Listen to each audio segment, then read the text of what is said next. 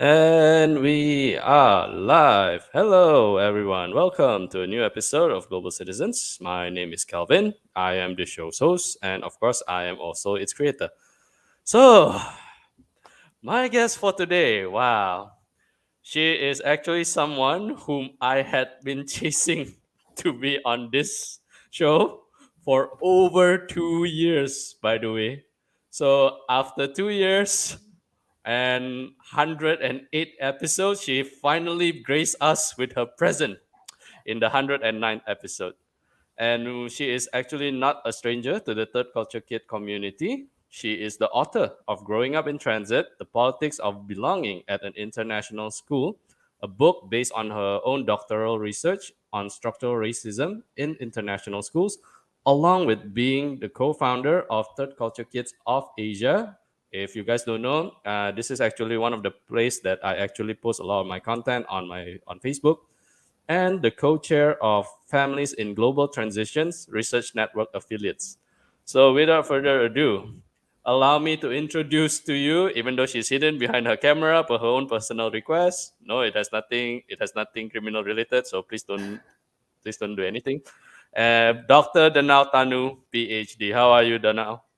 Hello, I'm good. Thanks for having me here, Calvin. And has it been that long? My gosh, I'm getting old, but thanks so much for having me and not giving up.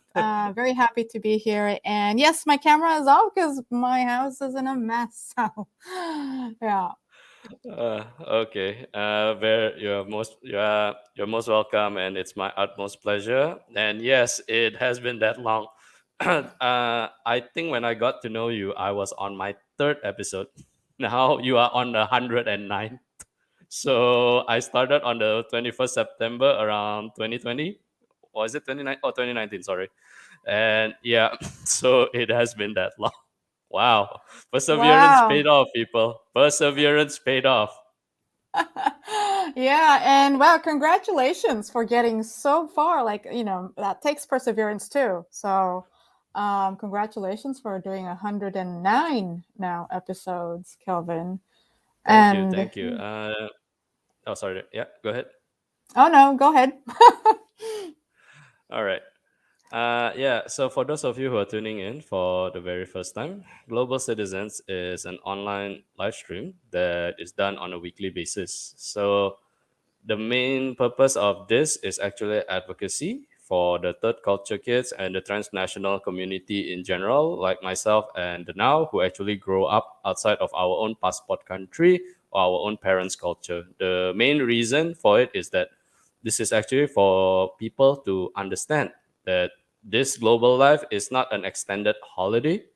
It is actually a life whereby you have to change who you are, who how you talk sometimes, and even sometimes what you know of. It simply is because we humans want to belong, right? But sadly, some community may not be able to accept us as who we are. So this is why I do what I do, is because I want people to actually understand that, well, it's not okay to just put people, shoehorn us in one box. So yeah, I hope people can be more understanding of, and yep, that's what this channel is all about.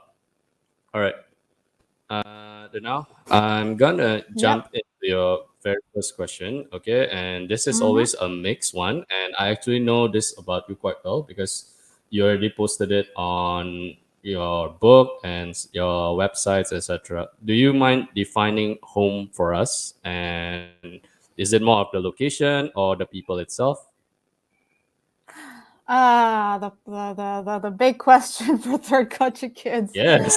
Instead of Yes.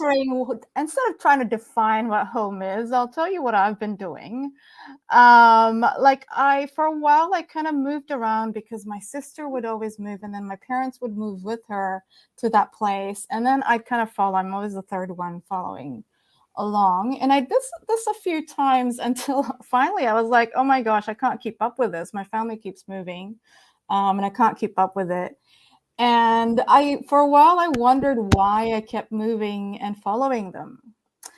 And then one day I was doing a write-up for like an interview, like a written interview, and then I realized that, you know what? I'm actually just trying to live near home. But because my family keeps moving, my home keeps changing. And so in that way, I do think, you know, a lot of people say for third culture kids, where the people you love, you care about is where home is. And that's very true for me. So that's one layer of it. But another layer of it is also I have found as I'm over the last couple of years, I think especially that because I did spend my younger years in Indonesia, that Indonesia somehow holds a special place in my heart geographically. So there's a family that keeps moving, that's home, but also Indonesia somehow is a form of home for me, even though I don't have an Indonesian passport. Just because I grew up there, and I think also because how do you say this? You know, I'm mixed Japanese. My mom's Japanese. My dad's Indonesian of Chinese background. I was born in Canada, but I kind of attended international schools. And in terms of ethnic background, education, and so on, I feel a bit removed from Indonesia. But at the same time, growing up in Indonesia, I feel as though Indonesia kind of accepted me in many ways. Not always, but in many ways. And so, yeah, I think that kind of has a special place in my heart. And I could talk more about that, but I'll save it for later. That's fine. That's fine. Huh. Wow. Indonesia accepts you. Huh. How come I don't get that? And I'm an actual Chinese Indo, guys. Seriously? What the hell? Wow. That is Yeah, so unfair. I mean, it's all relative, right? 'Cause I think I'm speaking from a place where I often found as a mixed Japanese Indonesian that I would often find Japanese sort of looking down on Indonesia and not accepting that side of me, or the West, the English speaking world, the Western world, sort of looking down on Indonesia. And in that sense, I didn't get as much of that from Indonesia as I did from the others. It sort of was like my, what do you call it? Fallback, not fall, no, that's not a right word. But yeah, sort of in that sense. So maybe it's relative. Yeah, that said, I didn't go to an Indonesian school, and therefore I didn't have to deal with that. Maybe if I had gone to an Indonesian school, it would be a bit different. Maybe I would have struggled to fit in. So yeah, it's all relative, I guess. Fair enough. Fair enough. Mm. Okay. Earlier you mentioned on fitting in, because from what I know, right, when you were doing your studies, when you were still pursuing your doctorate, I recall you wrote that you actually went back to school. Is that true? That you to learn about like the mindset of an international school kid? Is that true? Yep, and I love saying that actually. Yeah, I love saying that. You know, at 30 something, I actually went back to school, and because I did it through my anthropology major, which is anthropology's main method of data collection is called ethnography, or sorry, participant observation. And we write ethnographies. But so participant observation means you go and you kind of live with the people that you are studying. And traditionally, back in the colonial days when this all started, you know, you'd have the European coming to one of the colonies, islands or whatever, and live with the locals and try to, and as they live long term, then they try to, you know, they come to understand how things work locally. If initially everything seemed very strange, then what they're trying to do is, you know, say actually this makes sense locally. But and so when I started, I was like, you know, well, I want to find a, you know, village of third culture kids, but they don't exist, right? And I was like, okay, where can I find a place where all, you know, there's a lot of third culture kids, and the only thing I could think of was a school, international school. So that kind of, because I didn't have a choice in a way. That's how I ended up going back to school. So yeah, I went to classes every day, hung out with students during recess, after school, and I even went, I was told like there's a beer garden that all the students go to, even though they're underage. And so I went to the beer garden, not with the students, because that would be a bit unethical, but I kind of visited to see if any one of them were actually there. Yeah, and it was really fun to Huh. be with young people in school. I mean, Did they uh, ask like, are you as like some kind of undercover cop or something? Or no? Okay. no, I told them I'm a researcher, an anthropologist, and they just give me a blank look. So then I'd say, "Well, I'm actually writing a book about you guys," and they're like, "Oh," which made more sense. Yeah. Uh, cool. You want a beer? Okay, cool. No, no, I did not Wow. do that. I did not do that. Uh, You are on record here, young. You are on record here, Danau. You yeah. can't deny that. All right, never mind. All right, I will get back to that maybe some other time or later. I don't Uh-huh. know. La la la. Okay, never mind. All right. Okay. I'm glad you mentioned that part of the lack of awareness, right? I recalled actually that this is actually how the term third culture kit actually started. It was started by Dr. Ruth Hill Unsim, right? So in the was it in the 50s? I can recall. And that was actually Yeah. Uh-huh. yeah, that was Actually, yeah, sorry. she did her data collection in the 50s, but she didn't actually, and she and her husband published about third culture. And what they were talking about was the cross-cultural interaction between American expats and the Western educated Indians working in the American companies. That's how that term third culture started. So they were actually studying adults. And then later on in 1973 was the first time that Ruth Hill-Usim on her own published about the children of the American expats who were there. And then, Oh. but back then she called it third culture children. And it wasn't until 1976 that she and Richard Downey published a very short article using the term third culture kids for the first time. So there's a bit of a misconception about when the term was actually created, but that's sort of the history in a nutshell. The history of TCK here, folks. The TCK of Mm. history here by Dr. Danau Tanu herself. You can get it only here. No, I'm just kidding. Okay. How do you feel though that term third culture kid has evolved? Because when Ruth actually, sorry, not Dr. Ruth Hill Unsim, Dr. Ruth Van Rieken actually published the TCK, what we like to call the TCK Bible. I know she herself personally disliked the term because she has stated on this show because well, Bibles doesn't change, right? And the term TCK evolved, and I believe this is something that is echoed by the Dr. Ruth Hill Unsim too, is that how do you think the term third culture kid has evolved? For me personally, I'm actually not part of the traditional third culture kids.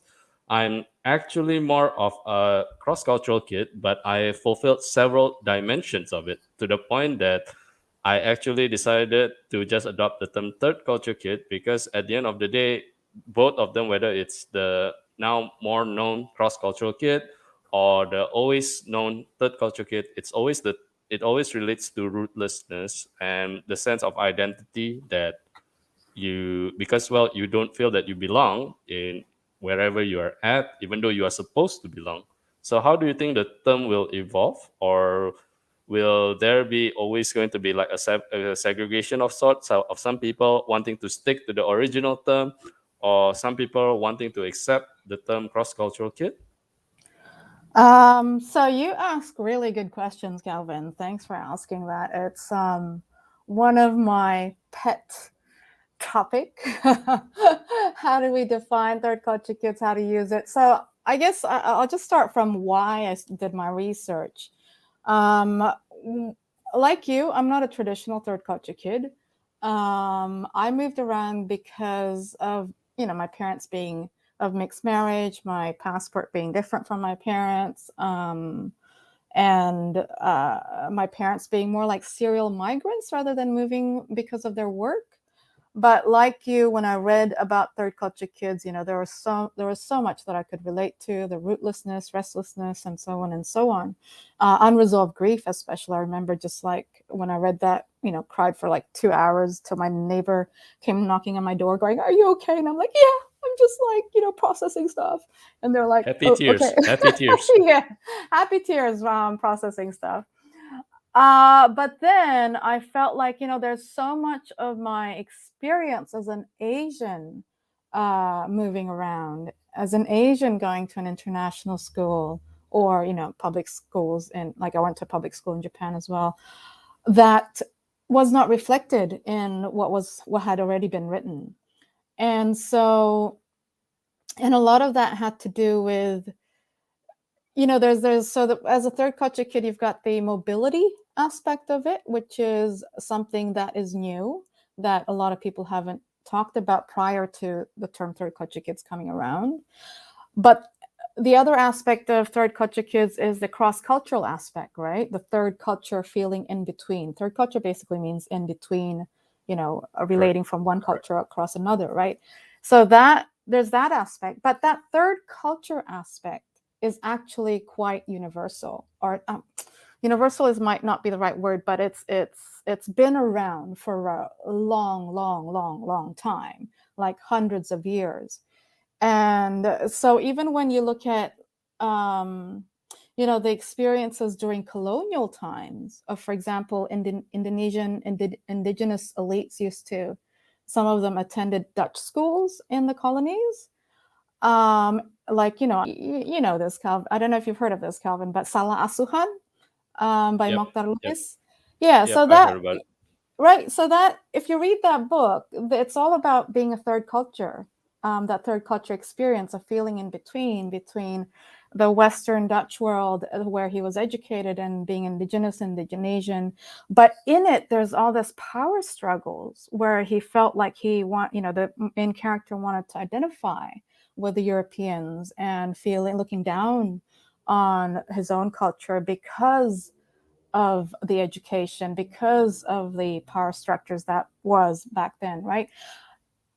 And so these sorts of like third culture experience of, or mixed marriage kids also experience third cultures, and cross culture immigrant kids, they all experience a third culture. And so I kind of had a bit of a, what do you call it?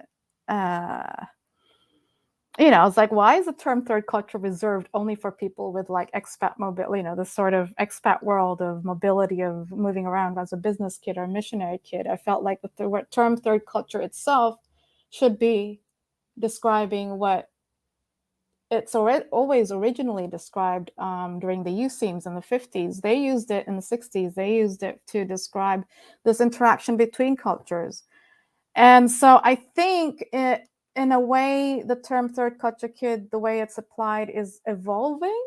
But I also feel like it's evolving in a way that we're going back to the original way that it was used in the 60s, which has kind of gotten lost.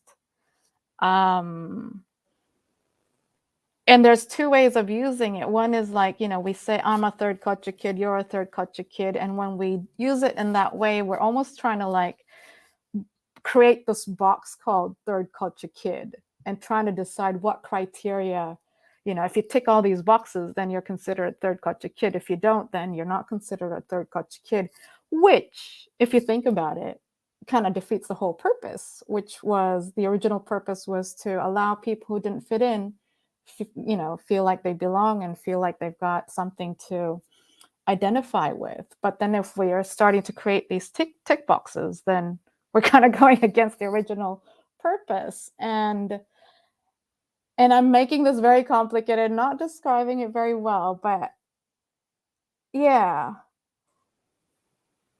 It's 60 years worth of history now. It's going to be complicated. It's going to be complicated. But at the same time, I'm somebody who believes that if it's Mhm. something that is worth fighting for it, or something worth it for you, you have to accept the complication that comes with it. So we we open this network, we open this platform, and I really appreciate you actually willing to actually say that. You're welcome. I've been wanting to say this for a long time, so glad you asked. Yeah, how do you feel about it, Yes, Kevin? 2 years. Calvin, Two how do you feel years. about Two this years worth thing? the wait. 2 years Yeah. of worth the wait, people. 2 years of worth the wait after the 100th episode. Okay. Huh. Okay. I actually earlier I kind of feel bad that I actually have to reveal the truth. Actually, I've said it several times. Actually, you mentioned when I first read the term third culture kid. I actually didn't discover the term third culture kid and from Ruth's book. I actually discovered it when I'm at a party and I was drunk. Yeah, it was on a happy hour, guys. It was on a happy hour. I was already not eight. I was already older than 18, so I can do that. If there's anyone who is watching this and you're below the legal age, please do not drink. Thank you. Okay, moving on. Sorry. Yeah, so I actually discovered the term from a friend of mine who is also a third culture kid. For him, of course, he is a combination of both the the original term and the cross cultural kids term in the several dimension that Ruth actually introduced. So he actually asked my story at that time. It's like, so where are you from? Because I don't exactly stand out as much as I was living in Singapore, and I'm also a Chinese guy, so it's well, I don't really stand out, but yeah, we were just trying to have a conversation at that time. So I told him that I'm a Chinese Indonesian. I was parachuted into Singapore at that time, and I grew up here for over 15 years.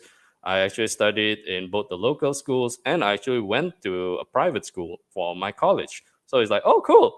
Hey, do you consider yourself a third culture kid?" So I'm like, "Wait, what? What's that?" And just to mind you, I was drunk. I was really, really drunk. But the thing is that the term is the only thing that I can remember throughout that entire night of third culture kid, third culture kid. What is this third culture kids thing? So Wow. the next day, yeah, after I actually woke up, I got myself a sports drink since that's my hangover stuff. So that's another story. I will not tell that to anyone.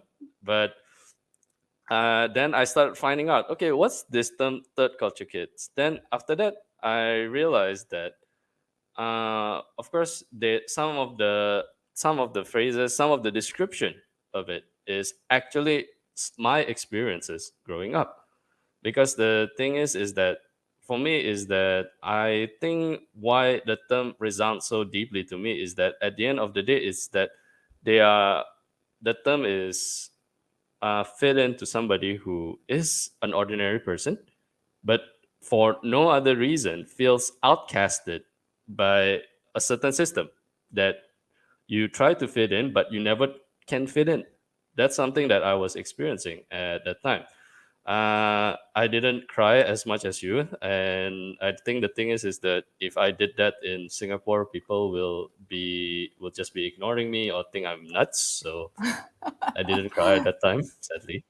But the thing Oh, was that this thing is like it's kind of like how in those in movies there'll be moment like somebody hit a eureka and then something open up.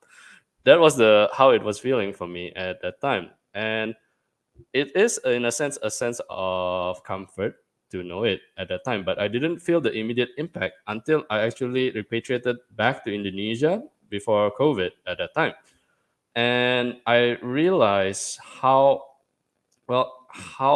different it is when you are there as somebody who visited your hometown, even though you actually hold that country's passport. You are supposed to know that country, but I don't know anything about it at all. I was really, really confused.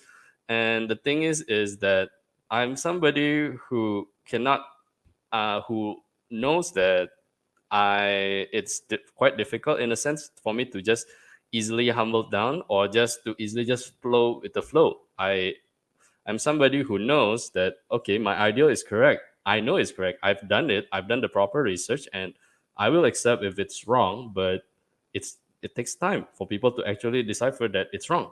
So the fact that I don't feel that I'm wrong, and then suddenly everybody, in a sense, my environment make it feel that as if everything that I do is wrong, like an existence is wrong. It was something that make it really make it right, make it like the need that there need to be an actual voice, and what can it be done that you actually tell that experience instead of just making assumption or stereotypes. And this, I think, is actually one of the reason for the creation of Global Citizens, because this is, well, this is people's story. You can say whatever you want here. I actually I actually told my audience is that, sorry, I've actually told my interviewees is that you can cuss if you need to cuss by all means, because at the end of the day this is supposed to be your life. If you don't like it, say it. It's fine. That's what it's meant to be. And the thing is uh, I've hoped that this is something that people can actually start to understand when they watch what I am actually doing.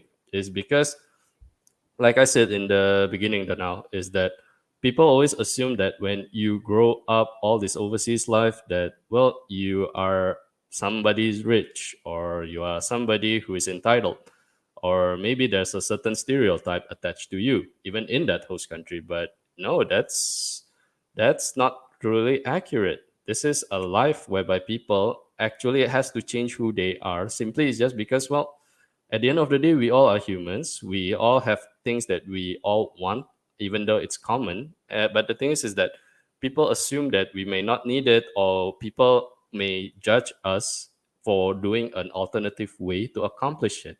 So yeah, well, how I feel about it, I really feel that whether you are somebody who want to fight for that original term,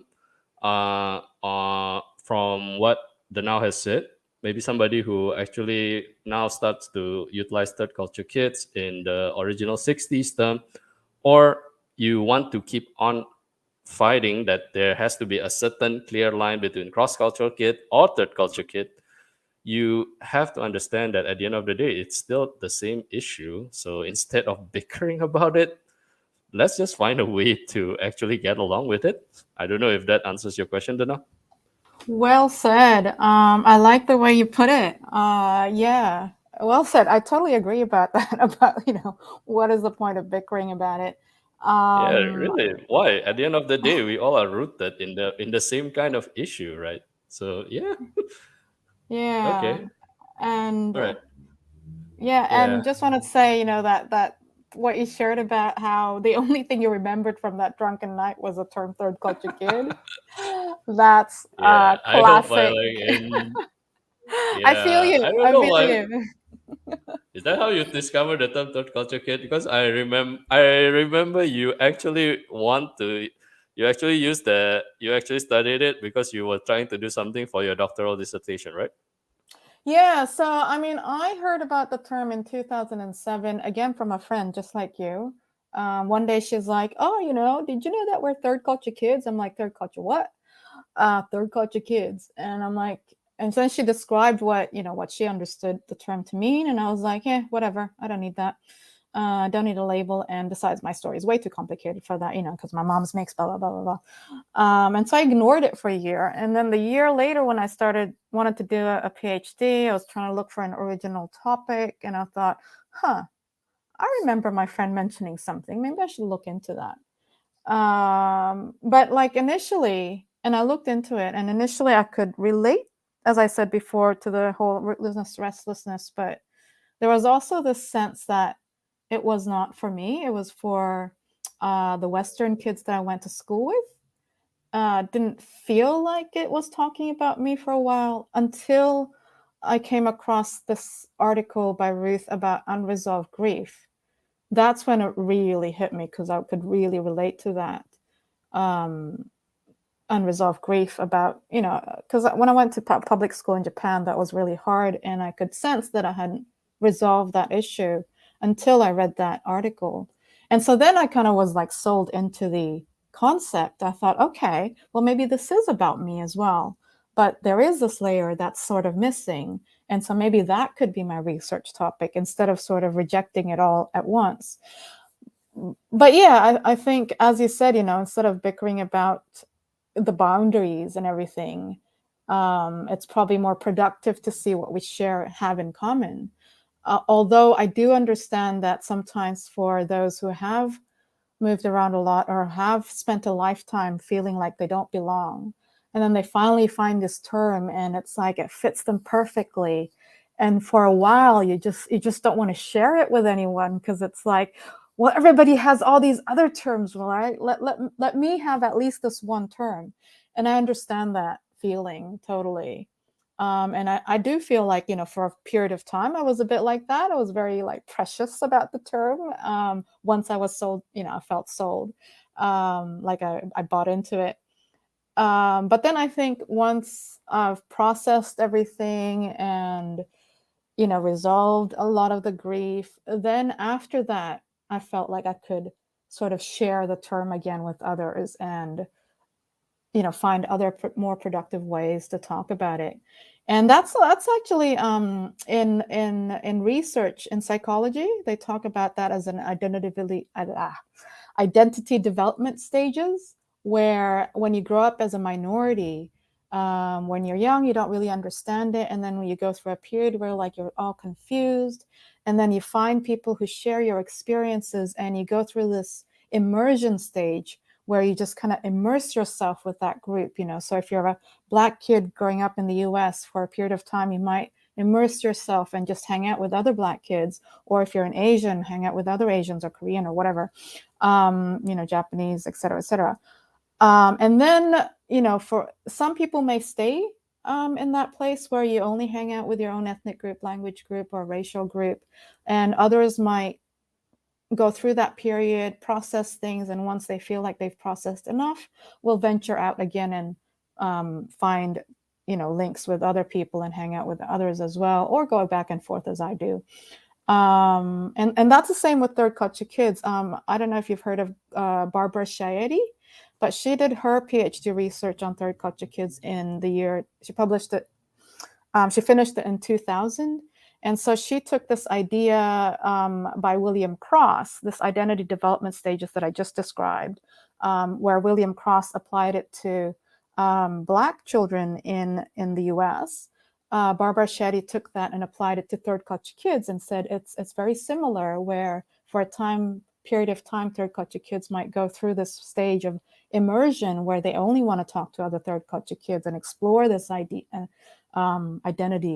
And that's when you feel like, it's so precious, this identity label, that, don't want to share it with anybody.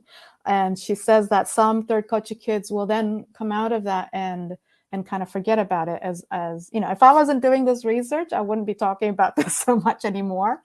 Because I feel like I've done the work and I don't need a label anymore. I don't really care about my identity anymore these days, like whatever.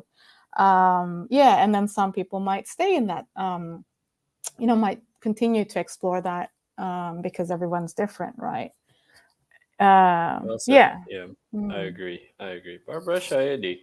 What have I heard? Mm-hmm. I think I've heard about it, but I didn't explore it at that time. Huh. I'll look into that. I'll look into that. Wow. Okay. Huh. Okay, that's cool.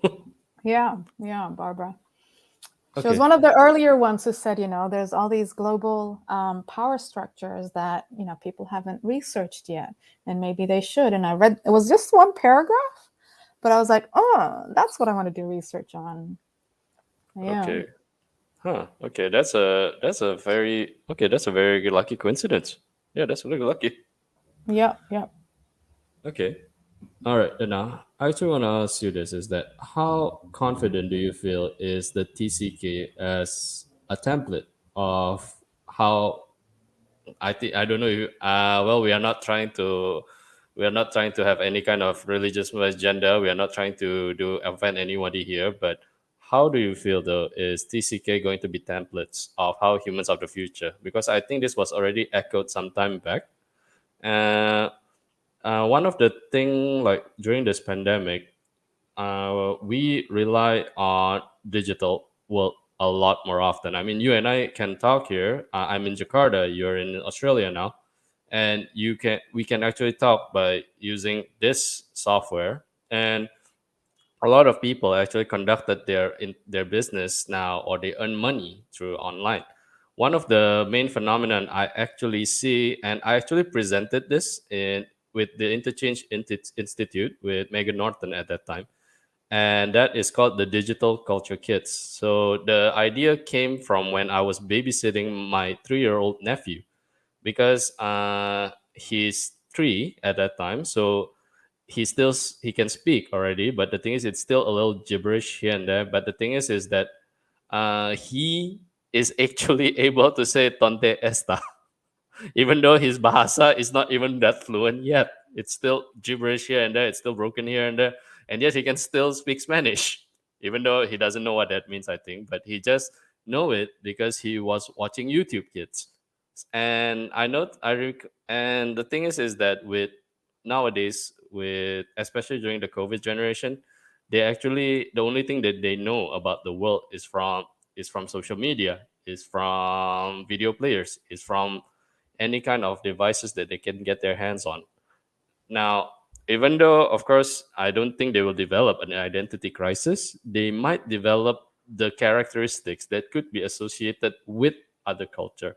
So, how do you think, though, TCK could be, in a sense, I don't know, it's not, I don't want to say the word guidance, but the thing is that in a sense, it could be individuals who champion these development. Yeah, good question. I mean, I remember you mentioning digital third culture kids before, and I thought that was a brilliant way of calling these people. And speaking of Donde Esta, I actually had like this, my mom used to have this Christmas song tape, and one of the songs was Donde Esta Santa Claus. And again, I didn't know Spanish, but I knew what Donde Esta, I didn't know what Donde Esta meant, like your nephew, but I heard of it and looked it up later on. But kids like your nephew are increasing, and I've actually met some who are in their 20s. One I met in Thailand, so she's Thai. She was in university, and she's only ever lived in Korea for like about a month on an exchange kind of thing. But even before she went to Korea, she was completely fluent in Korean. And she's not Korean, right? She's Thai. And I happened to Wow. be with my I even Korean. know Koreans who are not fluent in Korean, by the way. Yeah, and Wow. I was actually with one of my Korean colleagues at the time, and she was just like her jaw was on the floor, going, "Oh my gosh, you sound completely like a native Korean speaker." And you know, we asked this Thai girl, like, so Thai woman, you know, young woman, like, so how come you speak Korean so fluently? And she's like, "Oh, you know, I like K-drama."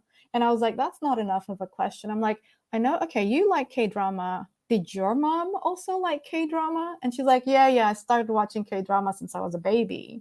And this is why she's fluent in it. And I do think people like that will increase. You know, in the same way that a lot of people in Indonesia sort of speak English because of, you know, starting with MTV back in the 90s and so on. And so, in that sense, your question about the term third culture kids, I think if we start using the term third culture in the way it was originally designed by the USEAMS, I think that would be useful as a sociological concept to understand these sorts of experiences. And you're right, you know, not all of them will have an identity crisis because, and then you can sort of tease out, you know, what actually does cause identity crisis, and you know, in what way can people experience this sort of code switching and being able to cross cultures without having the identity crisis. You know, it opens up a whole like field of research that we could do if we're a bit more flexible about how we use the term third culture kid versus third culture and so on, and don't feel stuck with this, you know, having to use the term third culture kid as a label, but instead third culture as a concept. Yeah, I think that's totally doable. And I think that's Yeah. what you meant. Oh. Maybe you should do a PhD, Calvin, on this. Yeah. Uh, maybe I should. Maybe I should. But who knows? Yeah, maybe who knows how that will be. But yeah, that's actually an interesting development that I think this community can see, and I hope that I can contribute to it some way or another. Okay. All right. Then now, Just one your more thing, book, though. Growing. Uh, Oh, sorry. Yeah, go ahead. Sorry, just one more thing. I think in one way, the term third culture can be used for future research, but also I think it would be useful to see how in the past, as I said, when I mentioned the colonial times and whatnot, like for us to see this sort of continuity of where this is that that it's not something that's completely modern that only happened after World War II or whatever, that this has existed for a long time. I think both the historical and the future looking forward looking sort of yeah, I think both needs to be taken into consideration. But go on, Right. next question. You're going. Yeah, you actually only have two more questions now. Don't worry. Don't worry. But yeah, you earlier mentioned on colonialism. Yeah. Mhm. So your book, Growing Up in Transit, is of course your experience growing up as as an Asian third culture kid, right? How do you feel though? Like, uh, let's well maybe we try to localize it. Maybe we can choose either Japan or Indonesia for maybe for an easier explanation for you, because maybe we can use, because the thing is that, for example, Japan has a very homogeneous society. It's still, well, they do not they're still in a sense like what you mentioned, that people still look down. And for your case, you are actually a hapa, right? You're a half, oh sorry, a hafu, sorry. Yeah. There's actually a little bit of an exclusion, or in a sense an outcast feeling of somebody who is not a pure Japanese. And in Indonesia, while there isn't as prevalent, but the thing is that there's still also a sense of, well, people do not want to get along with you if you are not able to follow the mindset of the local, even though you don't understand why. Even though if you actually just use what you are doing, it's actually a lot more efficient in the setting. So how do you think though, in within these two country, or maybe in any of the country that you have been a part of that has formed your roots, there could be, what do you think is the kind of support or any kind of culture that could be instilled in order to be have a more acceptance for this more global mindset?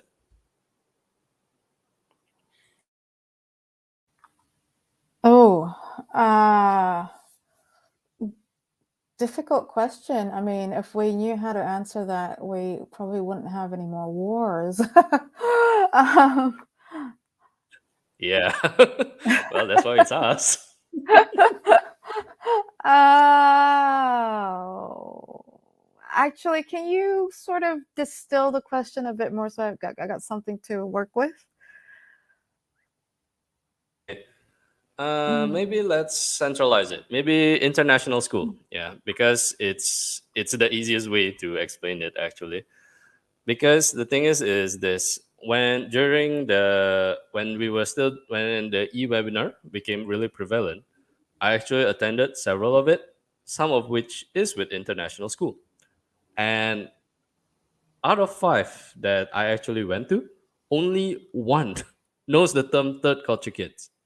And the thing is that when I actually try to probe in a little bit, the one that they are more familiar with is actually the more original term, like missionary kids or military kids or business kids.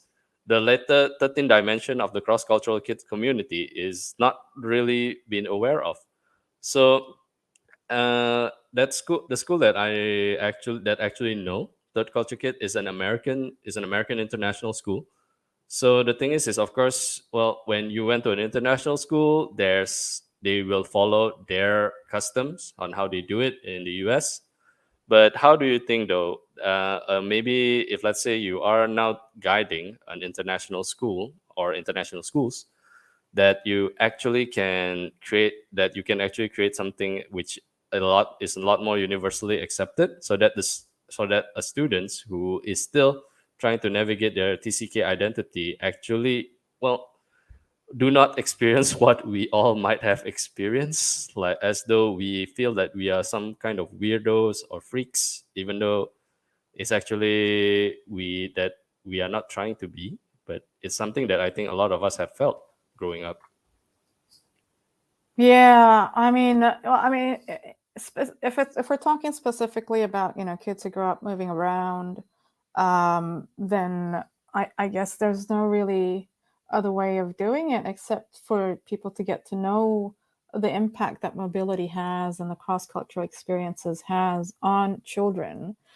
But also in terms of specifically with international schools, I'm working with international schools a lot these days, ever since May 2020 with the murder of George Floyd, and the Black Lives Matter movement kind of exploded onto the global scene, and it also entered into international schools, right? Because a lot of alumni started saying, hey, international schools are part of the problem here.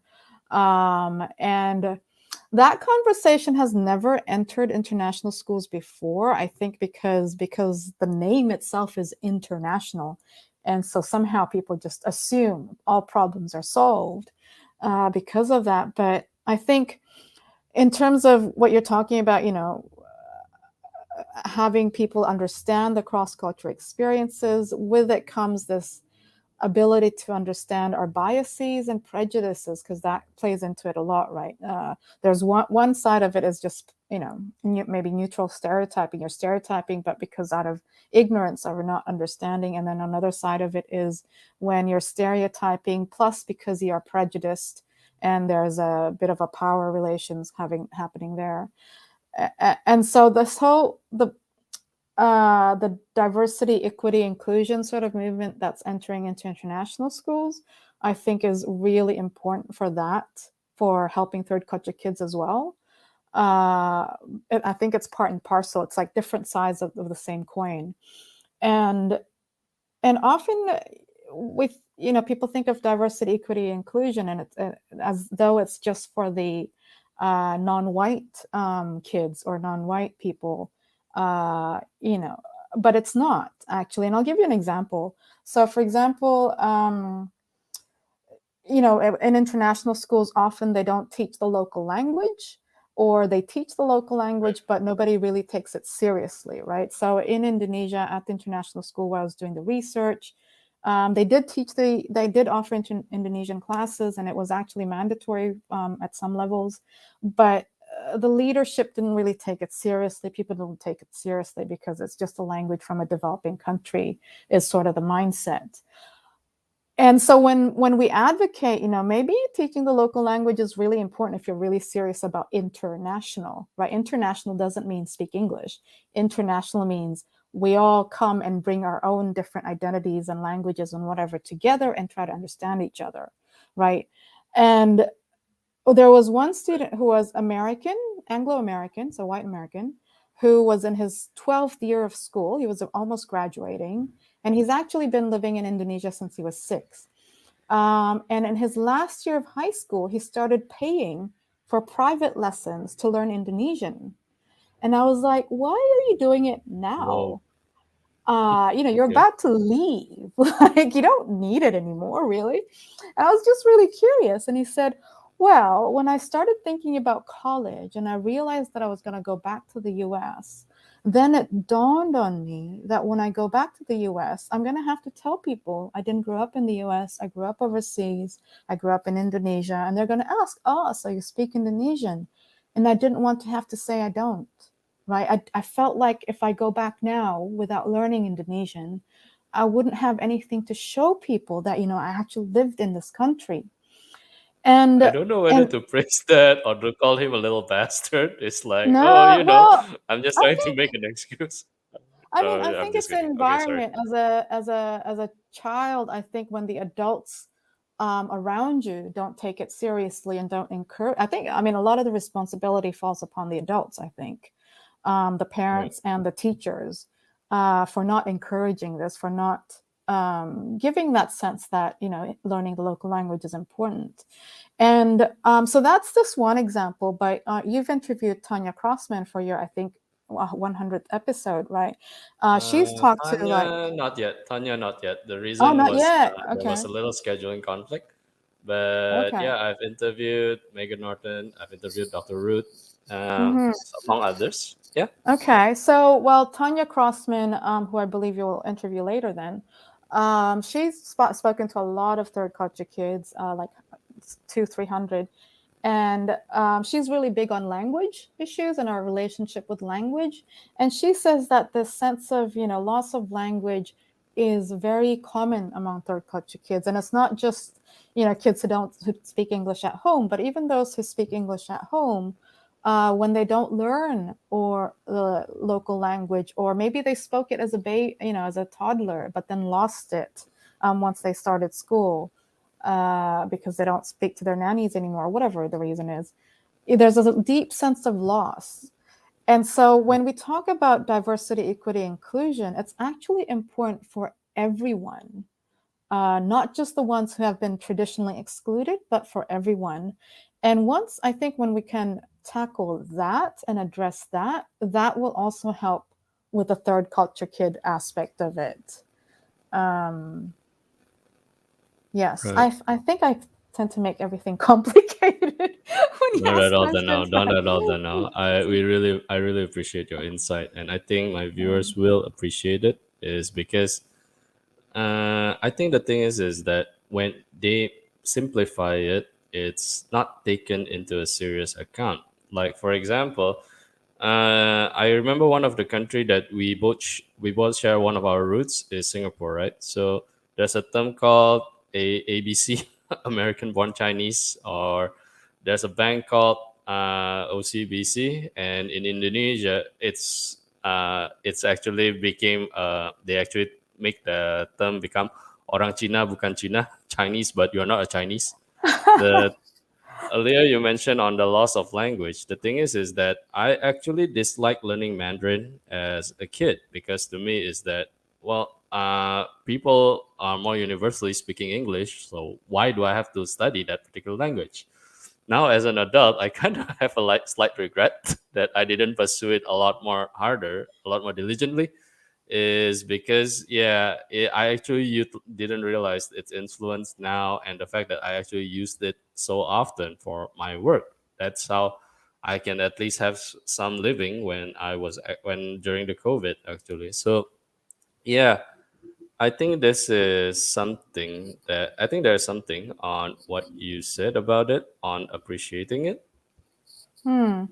Yeah, I Oh, guess because like because of the history of the world, we see English as like such a powerful language that everybody's drawn to it, and as a result, we kind of neglect other languages, which kind of ties in back to what you were mentioning earlier about Japan, Indonesia, when you were using those as right, examples, and it's the same thing, right? You mentioned that Japan is homogenous, but right, there's a lot of debate around that because in a way I think Japan has constructed homogeneity, where it's actually pretty diverse in terms of, uh, you know, because of its colonial history as well. There's actually a huge population of Koreans who were born and raised in Japan and speak Japanese fluently, and you can't tell. And they've changed their names the way similar to the way Chinese Indonesians have changed their names.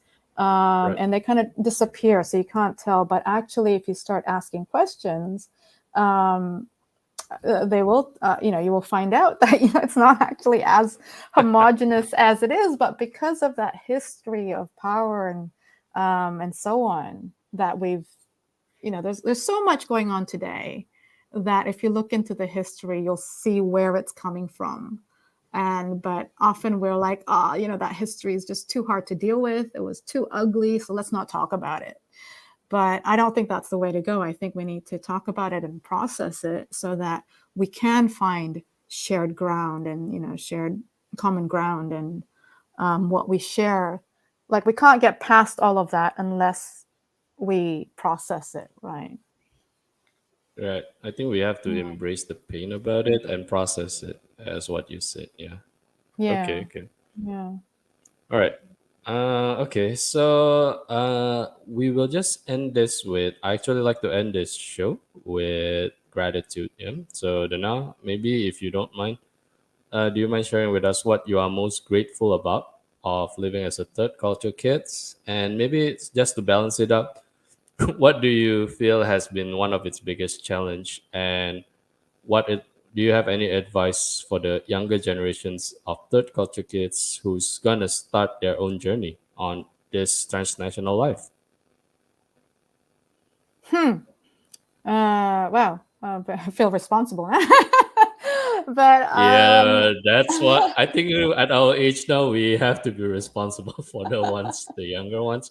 Just to let you know, I actually, even though I said that I allow some my interviewee to curse if they need to, I always ask them if I know that they have kids early on. Is that how young are they? Because I want Mhm. the younger ones to be able to watch this too. And if I know that they have kids, I'm like, okay, no, no vulgarities, please. So yeah, I Yeah. think it's we are old. We are old now. So yeah, let's just embrace that, shall I we? think a couple of things before I go to the kids one.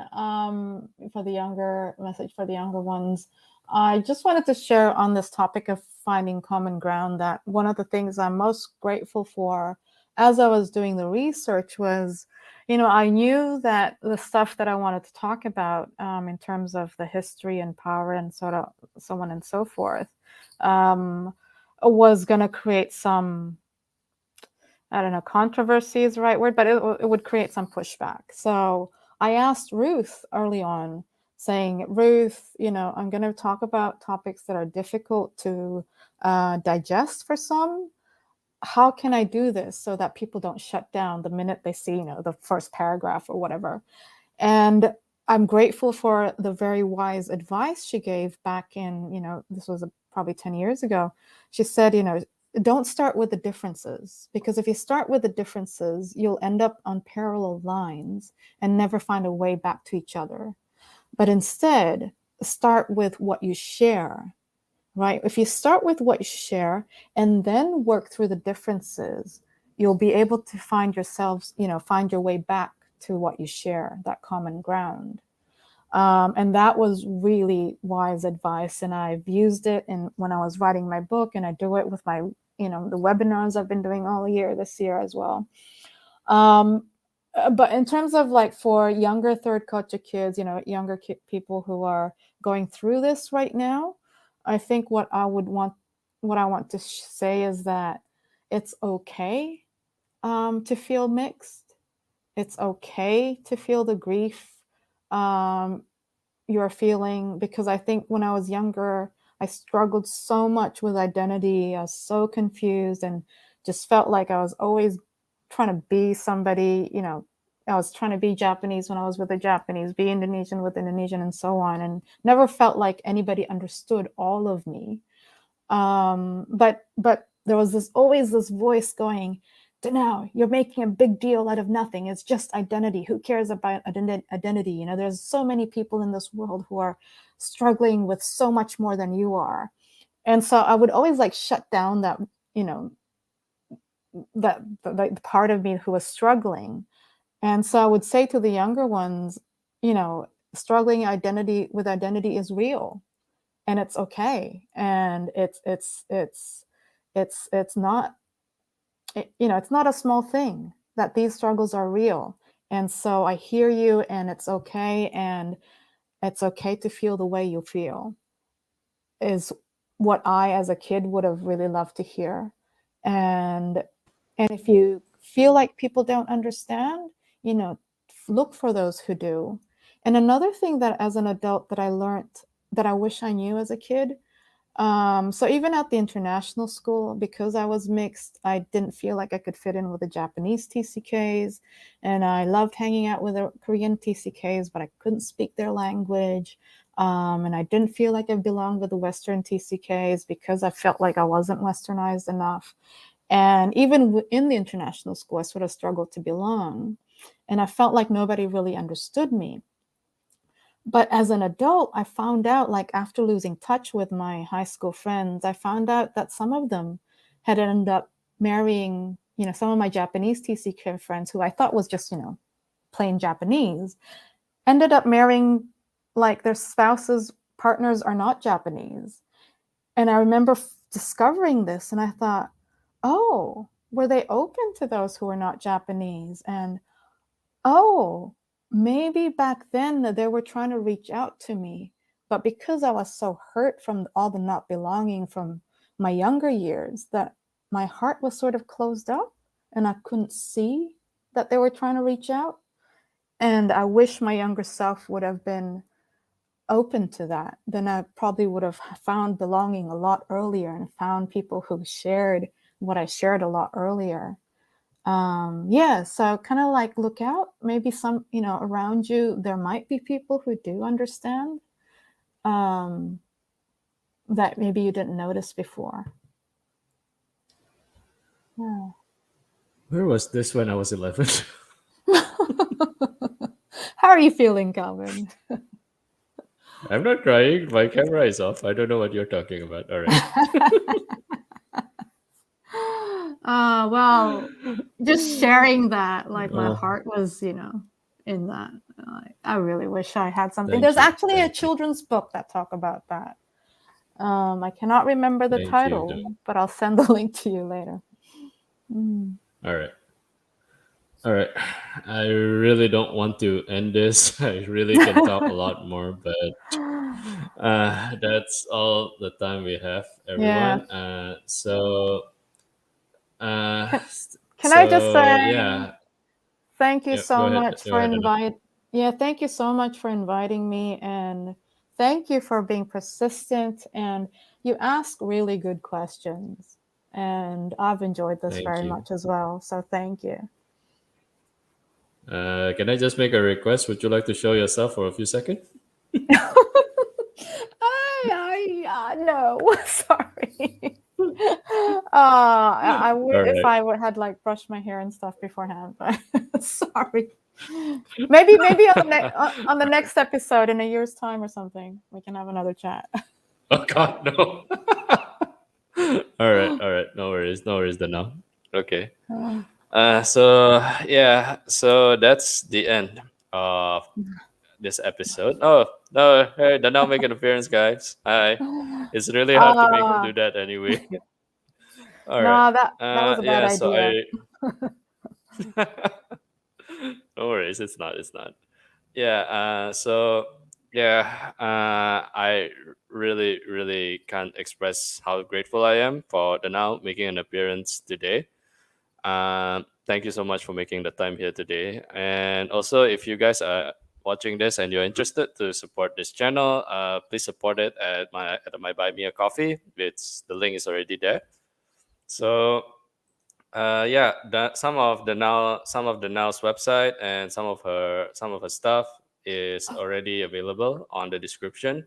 If you're interested to reach out, maybe to learn more, or maybe you have something TCK related or anything that you feel echoes with you and you want to know a little bit more from the Now, do reach out to her from there. But please highlight that maybe you watch it from this show because, well, it's her own personal privacy, right?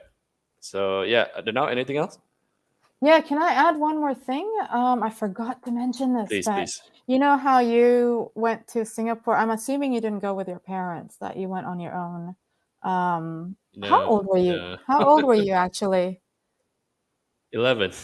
That was why I said, wow, yeah.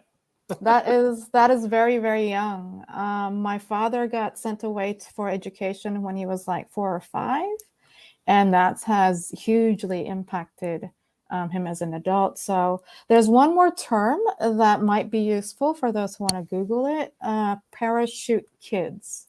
So parachute kids talks about kids who get sent away without the parents, which is a whole another layer that we haven't explored, right? I actually tried to talk about it with Ruth, and even that's quite a lot also to unpack. So And another one you might want to Google is boarding school syndrome. Might be able to relate to that as well. Boarding school syndrome.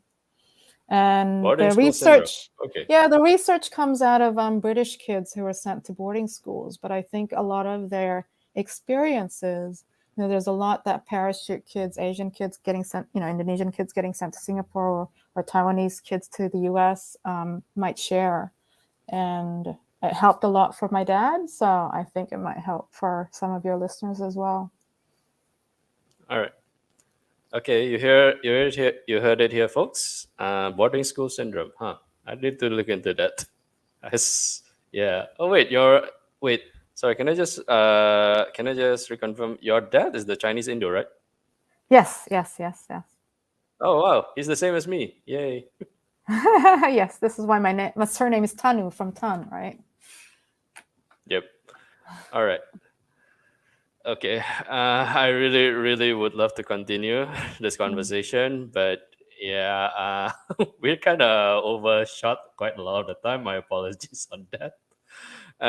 With that, everyone, so just a final thank you to Danau for making it here for today. This is the end of episode 109 of Global Citizens. Conversation with the anthropologist for all things third culture kids growing up in transit. And why it's not in there is because the software doesn't allow me to put over 100 characters. So with that, take care everyone and goodbye.